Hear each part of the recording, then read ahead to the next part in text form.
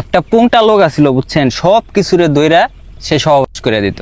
ভালো হয়ে যাও মাসুদ। মানে দুনিয়ার এমন কোন জিনিস নাই, পিঁপড়া থেকে শুরু করে হাতি পর্যন্ত সে সব কিছুরে দইরা লাগাইতো।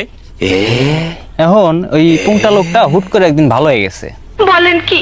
ভালো হয়ে যাওয়ার পরে শয়তান তো মনে করেন টেনশনে পড়ে গেছে গা, কই কি ব্যাপার, এই লোকটা এত খারাপ আছিল, হুট করে ভালো হয়ে গেল, এর কারণ কি?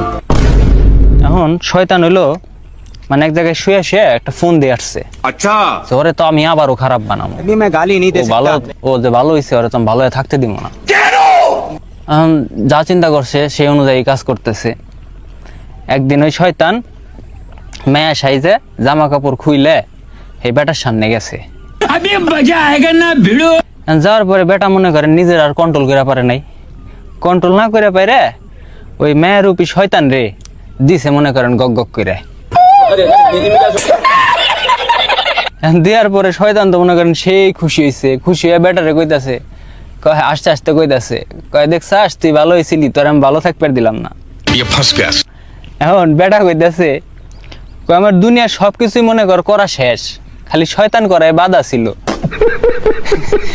এই জন্যই আমি ভালো শাসছিলাম তোরে করার লিগে।